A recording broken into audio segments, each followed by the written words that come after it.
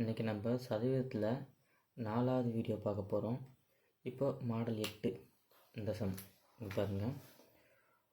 1 பங்கு உளுந்து மாவுடன் 4 பங்கு அரிசி கலந்த மாவில் குழல் என்பவரின் தாயார் தோசை தயாரிக்கிறார் எனில் மாவில் இருக்கும் மூலப்பொருட்களை சதவீதமாக குறிக்கும். என்ன கேட்டுக்கிறாங்கன்னா, தோசை சொல்கிறாங்க, அதுக்கு மாவு ரெடி பண்ணுறாங்க. 1 பங்கு உளுந்து மாவு, 1 பங்கு உளுந்து மாவு ப்ளஸ் இது கூட 4 பங்கு அரிசி மாவு, 4 பங்கு அரிசி மாவு இதை கலந்து ஒரு மாவு ரெடி பண்ணுறாங்க. அப்போ டோட்டலாக 1 பங்கு உளுந்து 4 பங்கு அரிசி, டோட்டலாக 5 பங்கு. இதில் என்ன கேட்டிருக்காங்க, மாவில் இருக்கும் மூலப்பொருட்களை சதவீதமாக காண்க. இப்போ இந்த 5 பங்கு மாவில் உளுந்து எத்தனை சதவீதம் இருக்குது, அரிசி எத்தனை சதவீதம் இருக்குது, அதான் கேட்டிருக்காங்க. இப்போ நமக்கு நல்லா தெரியும், மொத்த வேல்யூவை நம்ம 100% இருக்குமா. இந்த 5 தான் மொத்த மாவு, அதை நான் 100% எடுத்துக்கிறோம். 100% தான் 5 பங்கு. இப்படி இப்போ உளுந்தை கண்டுபிடிச்சிடலாம். ஃபஸ்ட்டு 1 பங்கு தானே உளுந்து. அப்போது 1 பங்குன்றது எத்தனை பர்சன்டேஜ் நான் எக்ஸ்ன்னு எடுத்துக்கிறேன். இப்போ பாருங்க, இதை அடிக்கவும் முடியாதா. இப்போ இது ரெண்டுத்தையும் அடிக்கலாம். 1 5 2 5 10, இந்த 0, இது என்ன இருக்குது 20. அப்போது 20% தான் இந்த 1 பங்கு. 1 பங்குன்னது உளுந்து. அப்போது உளுந்து 20% நமக்கு தெரிஞ்சிச்சு. அப்போ ரிமைனிங் என்ன இருக்குது, அரிசி.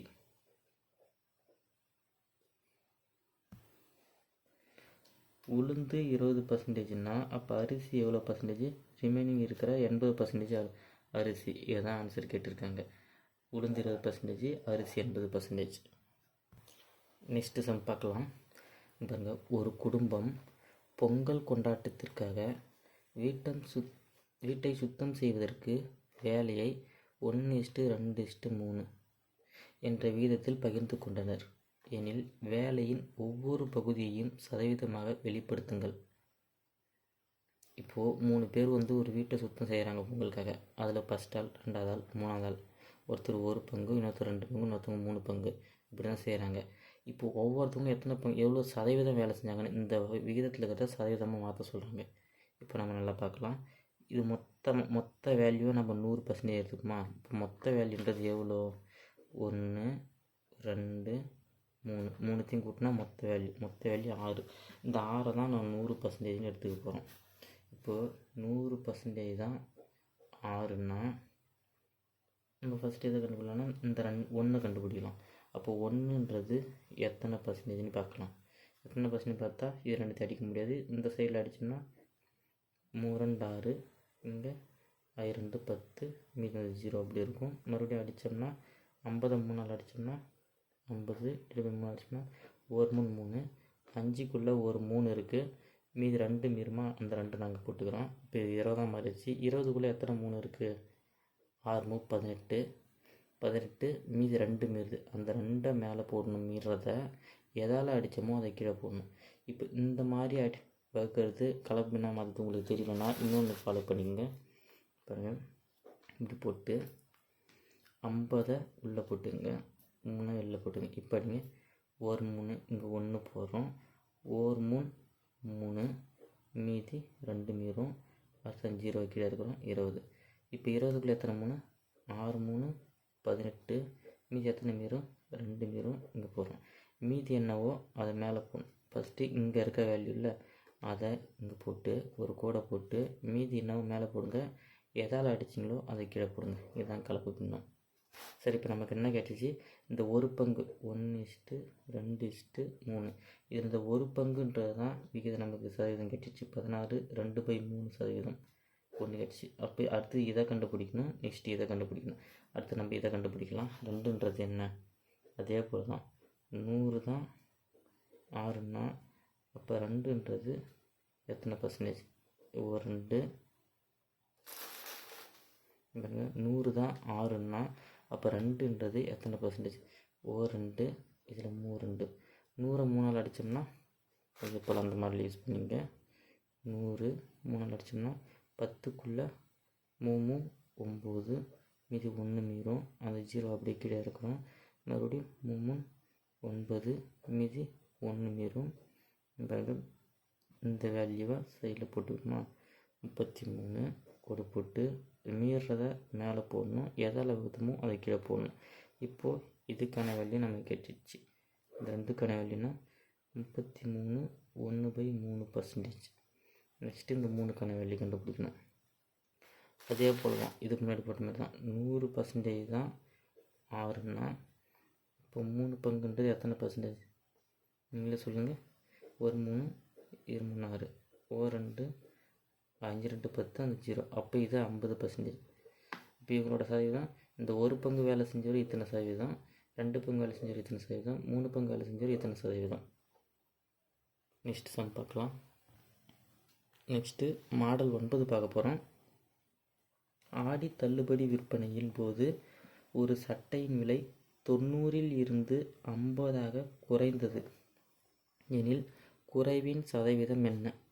இப்போது ஸ்டார்டிங்கில் ஒரு சட்டை 90 விற்றுருக்காங்க. இப்போ ஆடி தள்ளுபடி கொடுக்கும்போது அதை 50 விற்று மாற்றிட்டாங்க. அப்போ 40 குறைஞ்சிருக்கு. குறைஞ்சது எவ்வளோன்னு கேட்கல, குறைஞ்சதோட சதவீதம் தான் கேட்டிருக்குங்க. இப்போ குறைஞ்சது 90 50 குறைஞ்சிருக்கு. அப்போ 40 கம்மியாக இருக்குது. அந்த 40 எத்தனை சதவீதம் கம்மியாக இருக்குது அப்படின்னு கேட்குறாங்க. அதாங்க பாருங்கள். இப்போ 90 50 குறைஞ்சிருக்குன்னா அப்போ 40 குறைஞ்சிருக்கா. இப்போ நம்ம ஸ்டார்டிங்கில் இருந்த ரேட்டு 90, இதுதான் நான் 100ன்னு எடுத்துக்கிறோம். 100% தான் 90ன்னா எவ்வளோ குறைஞ்சிருக்கு, 40 குறைஞ்சிருக்கு. இந்த 40 தான் எத்தனை பர்சன்டேஜ்னு கேட்டுக்கிறாங்க. எத்தனை பர்சன்டேஜ் பாருங்கள், ஒரு 0 ஒரு 0. வேறு என்ன பண்ணலாம், எதையும் அடிக்க முடியாது. 100யும் 9 அடிக்க முடியாது, 9 4 அடிக்க முடியாது, எதுவுமே அடிக்க முடியாது. அதனால் நான் கிராஸில் பெருக்கிறேன். ஃபஸ்ட்டு 100 × 4 400 டிவைட் அந்த 9. இதை நம்ம மாடலில் போடுங்க. 400 உள்ள 9 வெளியில் அடித்தா 4 9 36 மீதி 4 மீறுத்து. அந்த 0 அப்படியே அடிக்கிறோம். மறுபடியும் இதில் அடிச்சிங்கன்னா 4 9 36 மறுபடியும் 4 மீறும். இப்போது இந்த சைடில் இருக்கிறத இங்கே போட்டுக்கிறோம். 44 மீறுற 4 மேலே எதால் அடித்தமோ அதை கீழே. இத்தனை சதவீதம் குறைஞ்சிருக்கு. 44 4/9% குறைஞ்சிருக்கு. 44 4/9% குறைஞ்சிருக்கு. அடுத்த சம் பார்க்கலாம்.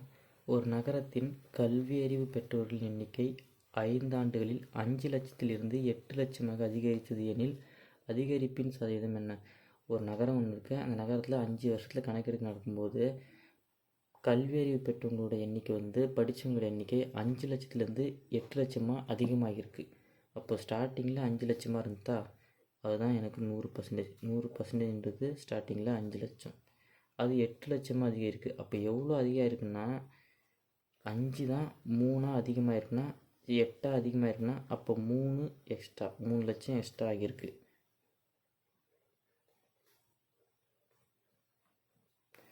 இப்போ 3 லட்சம் தான் எக்ஸ்ட்ரா அதிகமாகிருக்கு. அதிகரிப்பின் சதவீதம்னா எவ்வளோ அதிகமாக இருக்கோ அதோட சதவீதம். எவ்வளோ 3 லட்சம் எக்ஸ்ட்ரா இருக்குது அதோட சதவீதம் தான் கேட்குறாங்க. அப்போ இது எவ்வளோ பர்சன்டேஜ்னு பார்க்க போகிறோம். இந்த 0 0 கேன்சல் ஆகிடும். வேறு இந்த 5 அடிக்கலாம். 1 5 2 5 10 இந்த 0 அப்படி வரும். ரிமைனிங் 3 இருக்குது, இங்கே 20 இருக்குது. ரெண்டுத்தையும் பெருக்கினா 20 × 3 60% அதிகமாகிருக்கு. இந்த சம் பாருங்கள், இது ரொம்ப ஈஸி. இந்த மாடலில் நிறைய சம் இருக்குது, கொஞ்சம் சம் இருக்குது. இந்த சதவீதம் மாற்றி மாற்றி கொடுத்தாங்கன்னா, ஆனால் இந்த சம்முக்கு பாருங்கள் 10% அதிகரித்து 10% குறையுதுன்னு வந்தாலே அதுக்கு ஒரே ஆன்சர் ஞாபகம் வச்சுங்க. அதை போட்டெல்லாம் பார்க்க தேவையில்ல. 1% நஷ்டம் அப்படின்னா 1% குறைவு. என்ன கேட்டிருக்காங்கன்னா சதவீதம் மாற்றம். இப்போ ஒரு நபரோட வருமானம் 10% அதிகரித்து 10% குறைச்சாலே அது 1% நஷ்டம்தான் வரும். அது ஆன்சர் ஞாபகம் வச்சுக்கோங்க. இது எப்படி சம்மாக போகிறதுனா அதுக்கு ஒரு ஃபார்முலா இருக்குது பாருங்கள். +or-x +or-y +or-x × y / 100.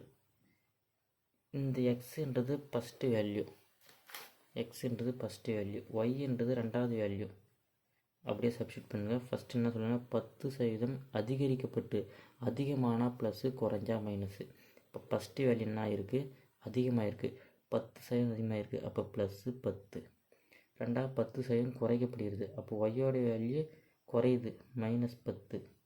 அடுத்து ப்ளஸ் ஆர் மைனஸ். இங்கே என்ன வரும்னா பாருங்க, அப்படியே இங்கே இதை அப்படியே கேப் விட்டுட்டு இந்த இடத்துல பாருங்கள், எக்ஸோட வேல்யூ +10, ஒய்யோட வேல்யூ -10. இது ரெண்டுத்தையும் பெருக்குனா இந்த ப்ளஸ்ஸு இன்ட்டு மைனஸ் பெருக்குனா மைனஸ் தான் வருங்க, பை அந்த 100. -10 +10 கேன்சல் ஆகிடும். மீதி ரிமைனிங் என்ன இருக்குது, இந்த மைனஸ் மட்டும் இருக்கும்.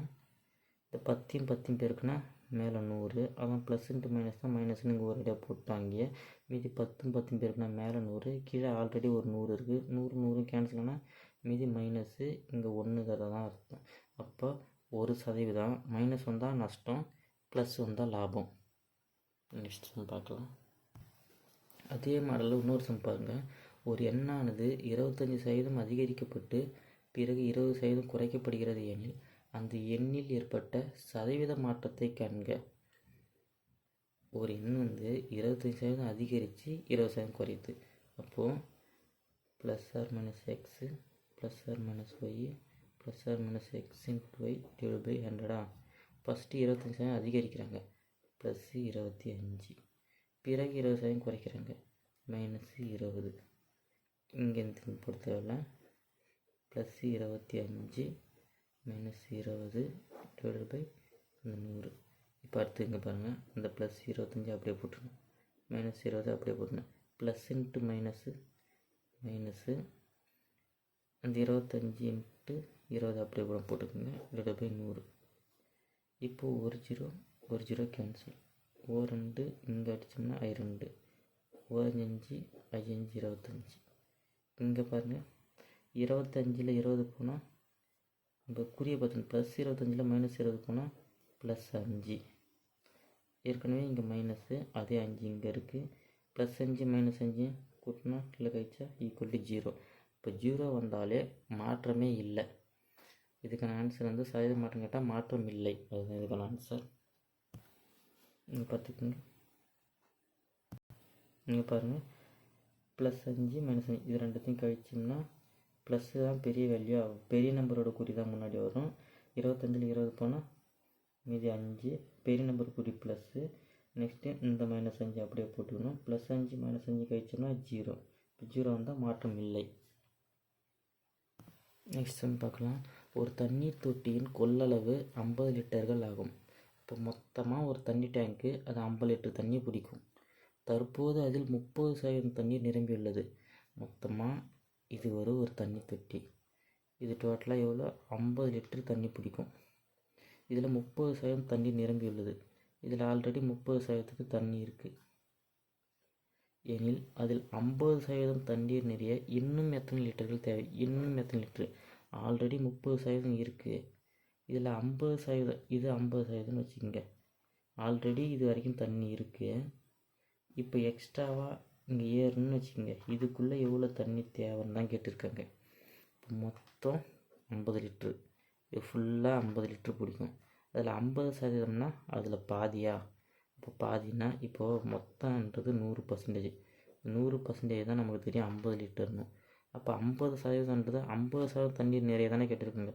அப்போ 50%ன்றது எத்தனை லிட்ரு நமக்கு தெரியும், 25 லிட்ரு தான். அதில் பாதி தான் 50%. அப்போது 50%னா 25 லிட்ரு தண்ணி நம்பணும். ஆல்ரெடி 30% இருக்குது. இப்போது 30% இருக்குது, இந்த 50% மாறணுன்னா 25 லிட்ரு வரணுன்னா எத்தனை லிஸ்ட்டு எக்ஸ்ட்ரா சேர்க்கணுன்னு தான் கேட்டிருக்குங்க. ஃபஸ்ட்டு நமக்கு 30 லிட்ரு எவ்வளோன்னு தெரிஞ்சால் தானே எவ்வளோ தண்ணி இருக்குதுன்னு நமக்கு தெரியும். இப்போ மொத்தமாக இது பிடிக்கணுன்னா 25 லிட்ரு தேவை. இது வரைக்கும் நம்பியிருக்கு, இதோட அளவு நமக்கு தெரிஞ்சுதுன்னா இன்னும் எவ்வளோ போட்டோம்னா அந்த 25 லிட்ரு வந்துடும்ன்றது நமக்கு தெரியும். அப்போ இதோட வேல்யூ எப்படி கண்டுபிடிக்கலாம், நமக்கு தெரியும் 100% தான் 50 லிட்டருன்னு தெரியும். அப்போ இந்த 30% எத்தனை லிட்டருன்னு நம்மளை கண்டுபிடிக்கணும். அடிக்கலாம், 1 0 1 0 1 0 1 0. இப்போ 3 இன்ட்டு 3 இருக்குது, இங்கே 5 இருக்குது, 3 5 15. இதுதான் 30%. அப்போது டோட்டலாக 50 லிட்ரு. அதில் பாதி தான் கேட்டிருக்காங்க. 50% எவ்வளோ? 25 லிட்ரு தண்ணி தேவை. ஆல்ரெடி 15 லிட்ரு தண்ணி இருக்குது, நமக்கு தேவையானது 25 லிட்ரு. அப்போ இன்னும் எத்தனை லிட்ரு எக்ஸ்ட்ரா சேர்க்கணும்? டோட்டலாக 50 லிட்ரா, அதில் 50% தண்ணி சேர்க்கணும். அப்போ 25 லிட்ரு தண்ணி நமக்கு தேவை. 30%ன்றது 15 லிட்டருன்னு நம்ம கண்டுபிடிச்சிட்டோம். 15 லிட்ரு தண்ணி இருக்குது, 25 லிட்ரு வேணும்னா ப்ளஸ்ஸு ஒரு 10 லிட்ரு தண்ணி சேர்த்தோம்னா அந்த 25 லிட்ரு வந்துடுமா? அப்போ ஆன்சர் 10 லிட்டர். நெக்ஸ்ட் சம் பார்க்கலாம். குரல்மதி 20% தள்ளுபடியுடன் ஒரு ரெயின் கோட்டை வாங்கி ரூபாய் 25 சேமித்தார் எனில் ரெயின் கோட்டின் அசல் விலை என்ன?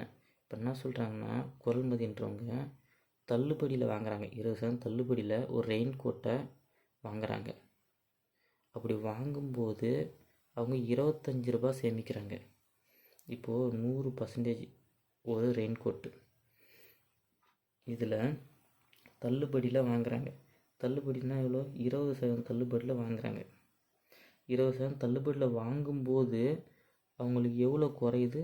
25 ரூபா குறையுது. இந்த 20% தள்ளுபடியில் வாங்கினால தான் அவங்களுக்கு 25 ரூபா குறையுது. அப்போ இந்த 20%ன்றது தான் இந்த 25 ரூபா. புரியுதா அவங்களுக்கு?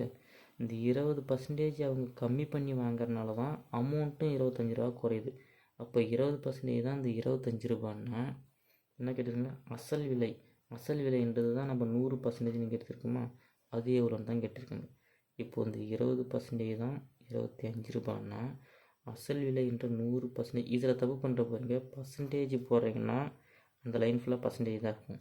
வேல்யூ போடுறீங்கன்னா அந்த வேல்யூ ஃபுல்லாக வேல்யூ இந்த சைடு தான் இருக்கணும். இந்த சைடு தான்னா எந்த சைடுனா போட்டுக்கலாம், ஆனால் பர்சன்டேஜ்னால் ஒரே சைடில் இருக்கணும், வேல்யூனால் ஒரே சைடில் இருக்கணும். இதை மாற்றி போட்டால் கணக்கு தப்பாகிடும். இதை கரெக்டாக பார்த்துங்க. இது 20% நான் அங்கே போட்டேன்னா 100% அதுக்கும் கீழே தான் நான் போடுறேன்.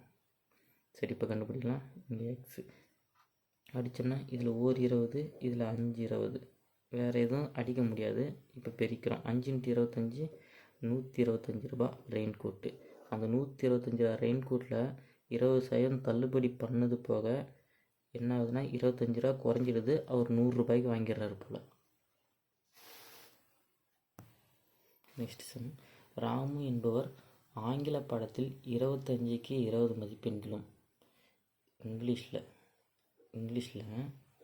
25க்கு 20 மார்க்கு, அறிவியல் பாடத்தில் 40க்கு 30 மதிப்பெண்களும், சயின்ஸு 40க்கு 30 மார்க்கு, கணித பாடத்தில் 80க்கு 68 மதிப்பெண்களும், கணக்கில் மேக்ஸில் 80க்கு 68 மார்க்கும் வாங்கியிருக்காங்க எனில் அவர் எந்த பாடத்தில் சிறந்த மதிப்பெண் பெற்றுள்ளார்? சிறந்த மதிப்பெண் இதில் எதில் பெட்டரான மார்க் அவர் எடுத்துக்கிறாருன்னு பார்க்கணும். இப்போ மார்க்கு கீழே ஒரே வேல்யூவாக 25 மொத்தமாக ஒரே மார்க்கு வச்சுருந்தாங்கன்னா நமக்கு ஈஸியாக கண்டுபிடிச்சலாம். ஆனால் இங்கே வேறு மார்க் கொடுத்துருக்காங்க. 25 மார்க்குக்கு 40 மார்க்குக்கு 80 மார்க்குன்னு டிஃப்ரெண்ட்டாக கொடுத்துருக்காங்களா? அப்போ இதோட சதவீதத்தை கண்டுபிடிச்சிங்கன்னா எதில் அதிகமாக எடுத்துக்கிறான்னு ஈஸியாக நம்ம பார்த்துடலாம். இது பாருங்கள், ஃபஸ்ட்டு 20/25 போட்டுக்கிறோம். 30/40 68/80. இப்போ சதவீதம் கண்டுபிடிக்கனால என்ன பண்ணணும்? பெருக்கல் 100 போட்டுக்கணும்.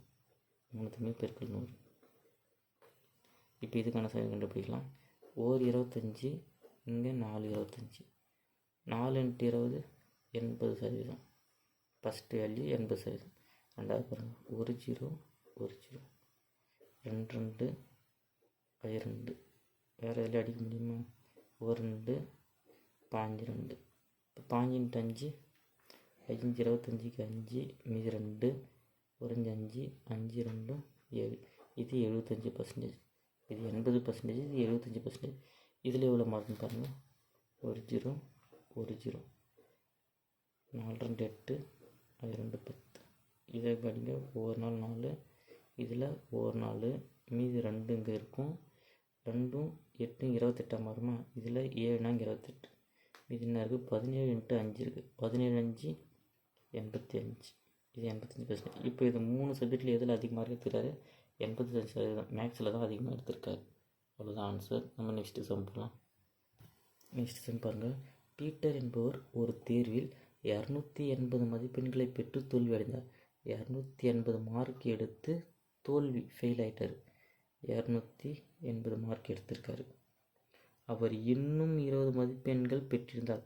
இது கூட எக்ஸ்ட்ரா 20 பெற்றிருந்தா ப்ளஸ் ஒரு 20 பெற்றிருந்தா மொத்த மதிப்பெண்களில் 50% பெற்று வெற்றி பெற்றிருப்பார். அவர் 280 வாங்கியிருக்காரு. இது கூட ஒரு 20 மார்க் சேர்த்து எடுத்திருந்தா மொத்த மார்க்கில் 50% வாங்கியிருப்பாங்களாம். 50% மார்க் இருக்கும். எனில் மொத்த மதிப்பெண்களை காண்க. என்ன கேட்டிருக்காங்கன்னா, மொத்த மதிப்பெண் அந்த எக்ஸாமுக்கு மொத்தம் எவ்வளோ மார்க்கு, இப்போ 50% வாங்கியிருப்பாருன்னு சொல்கிறாங்க. அப்போ 100%ன்றது மொத்த மார்க்கு. அந்த 100% மார்க்கு தான் மொத்த மார்க்கு என்னன்னு தான் கேட்குறாங்க. இப்போ நமக்கு தெரியும் 280 மார்க் எடுத்துக்காங்க, கூட 20 எடுத்தால் 50% ஆகிருக்கும். அப்போ 280 20 கூட்டினா 300. இந்த 300 மார்க்கு தான் 50% மார்க்குன்னா அப்போ 100% தான் மொத்த மார்க்கு. அது எவ்வளோ நமக்கு ஈஸியாகவே சொல்லிடலாம். அப்படியே 50% தான் 300ன்னா 100% 600 தான் இருக்கும். ஒரு 50 250 பெருக்குனா 300 × 2 600. 600 மார்க்கு தான் இதற்கான ஆன்சர். நெக்ஸ்ட் சம் பார்க்கலாம். Next sum. ஒரு காப்பீட்டு நிறுவனத்தின் முகவர் அவர் சேகரிக்கும் அடிப்படை பிரீமியத்தில் 5% தரகாக பெறுகிறார். அவர் 4800 பிரீமியமாக வசூலித்தாரெனில் அவர் பெறுகின்ற தகுதி தொகை எவ்வளவு? என்ன கேட்டிருக்காங்கன்னா, இப்போ நான் காசு கலெக்ஷன் பண்ண போகிறோம். ஒவ்வொருத்தர்கிட்ட ஒவ்வொரு விதமான அமௌண்ட் வாங்குவோம். ஆனால் எல்லார்ட்டையுமே 5% தான் நான் காசு வாங்குவேன். இப்போ நான் ஒரு 1000 ஒருத்தவங்கள்ட்ட கலெக்ஷன் பண்ண போகிறேன்னா அதில் 50 ரூபா நான் வட்டியாக வாங்குகிறோம் அப்படின்னு சொல்லிட்டாங்க. அதுதான் இங்கே சொல்லியிருக்காங்க. அவங்க வாங்குறதுல 5% தரவாக வாங்குறாரு. அப்படின்னா 4800 அவர் எவ்வளோ வசூலிச்சிருப்பாருன்னு கேட்குறாங்க. இப்போது 4800 5%ன்னா எவ்வளோ வருது அதுதான் இங்கே கேட்டிருக்காங்க. தகுதித்தொகை மட்டும் தான் கேட்டிருக்காங்க. அப்போது மொத்தம் 4800 இப்படியும் போடலாம். இந்த மாடல் யூஸ் பண்ணிங்கன்னா எல்லாத்துக்கும் யூஸ் ஆகும். ரெண்டுமே நான் போட்டு காட்டுறேன். மொத்த வேல்யூ எவ்வளவோ அதை கீழே போட்டுக்கணும். இல்லை அது இப்படி வராது. அது இன்னொரு மாடல். அது எதுக்கு நம்ம யூஸ் பண்ணோம்னா, இங்கேயும் வேல்யூவாக கொடுத்து இங்கேயும் வேல்யூவாக கொடுத்து இதில் இந்த வேல்யூ எவ்வளோ பர்சன்டேஜ்னு கேட்டால் தான் அந்த மாடல் யூஸ் பண்ணுவோம். இங்கே எப்படி கேட்டாங்கன்னா வேல்யூவை போட்டுக்கணும்னா 4800 பெருக்கல் இதில் 5% தான் கேட்டிருக்காங்க. 5%. அதுதான் 5/100 எவ்வளோன்னு தான் கேட்டிருக்காங்க. எவ்வளோ? 2 0 2 0 கேன்சல். 5 8 40 0 மீதி 4 5 20 24 கூட்டினா 24. அப்போ 240 ரூபா வசூலிச்சிருப்பார். இது நாம் போடுற மாடல் எப்படி போடலாம்? மொத்த வேல்யூ 4800 100% தான் 4800ன்னு எடுத்துக்கிறோம். 100% தான் 4800. அப்போ என்ன கேட்டுக்கிறாங்க? 5% கேட்டுக்கிறாங்க. 5% தானே கேட்டிருக்காங்க. அப்போ 5%ன்றது எவ்வளோ? அதே தான் இங்கே அடிக்க போகிறோம். 2 0 2 0 48 5 பேருக்குன்னா அதே 240 தான். 48 × 5 5 8 40 0 மீதி 4 5 20 24 24 அதே 240 தான். அவ்வளோதான். இதோட சதவீதத்தில் இருக்கிற மொத்த மாடலும் முடிஞ்சிடுது. இதுக்கப்புறம் ப்ரீவியஸ் இயர் கொஷின் அதை நம்ம பார்க்க போகிறோம்.